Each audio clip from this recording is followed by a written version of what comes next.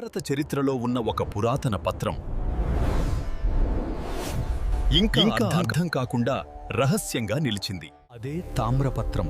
Paper కాదు, రాగితో చేసిన తామ్రపత్రం. ఈ తామ్రపత్రం చూస్తే నిధి కథలా అనిపిస్తుంది, కానీ అసలు కథ ఇది మనల్ని పరీక్షించడానికి ఒక పురాతన నాగరికత వేసిన మేధస్సు ఉచ్చు.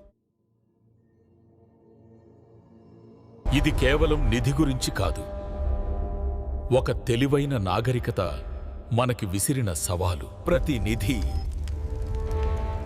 భూమి అడుగున ఉన్న రహస్య గుహల్లో దాచినదట. ఈ తామ్రపత్రం 1000 ఏళ్లు గడిచినా చెక్కు చెదరలేదు. 60 రహస్య ఖజానాల జాబితా ఇందులో ఉంది.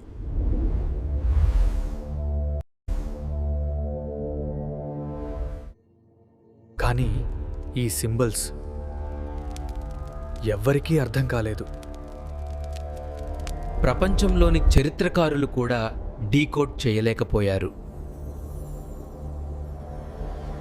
తామ్రపత్రం చెప్పిన చోట్ల తవ్వినా ఒక్క నాణం లేదు.